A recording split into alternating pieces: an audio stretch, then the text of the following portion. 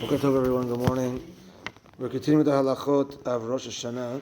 It's a minhag of Bnei Israel to have Simanim on Rosh Hashana, to have like a Seder, and we have different fruits and different vegetables as B'ezrat Hashem, a good sign for the year to come. Rav Yosef writes that Simanim should be done after Hamotzi. The general minhag, I think the way that I grew up, the way that I think most Moroccans grew up, is that it's after Kiddush, before Hamotzi. Rabbi Shalom Asas writes that because we're not supposed to really have that much food before we wash Hamotzi, and really the minhag, the Moroccan minhag of having brachot is really should be a small amount, and not to get into questions of borin and fashot, of eating too much, then now you're required after bracha, and you're about to now have Hamotzi. And therefore he says, for the Seder as well, you should do 2 brachot, ha'etz and adama, and the yiratzons, and then wash Hamotzi, and the rest of the Seder after the Motzi. And when it comes to the order of how to do it, so you would take the item, you would say the Yiratzon, the Bracha, Ha'etz, and then you eat it. Yiratzon, Adama, then eat it. And then after the Motzi, there's no Brachot afterwards, so it's just Yiratzon, and then you eat it. Some people, they do the Bracha, eat it, and then the Yiratzon, and eat the same thing again. To have it before the Yiratzon, after the Yiratzon, but that's the way it should be done. Yiratzon, bracha, and eat it. And there's also a discussion as to what the first item should be. So there's the ha'etz. So there are some, I'm not sure the basis for it, but that say that you should do the tapuach first, the apple first. But the apple is not one of the 7 minim of Eretz Israel, and therefore the ruling should be that it should be the tamar.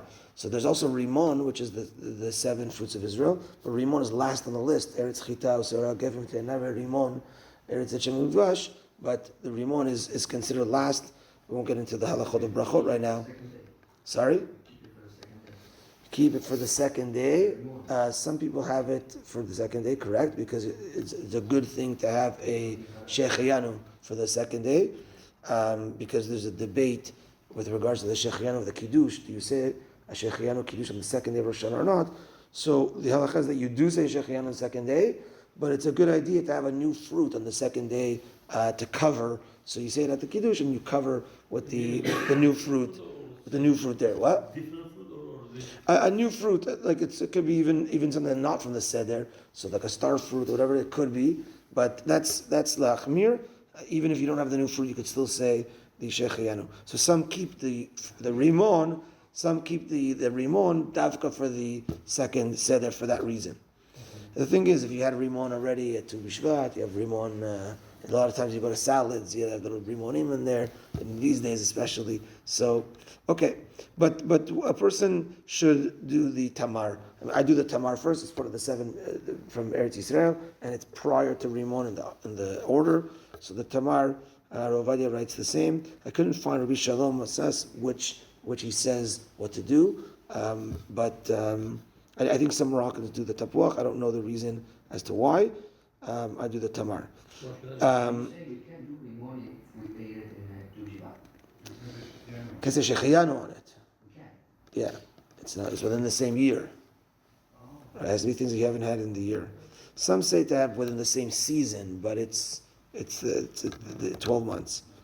The quince, yeah. The Yehiratzon doesn't need to be said by everyone, just like the father says the kiddush for everyone at the table. So to the Yehiratzon could be for everyone as well. Shomea keoneh.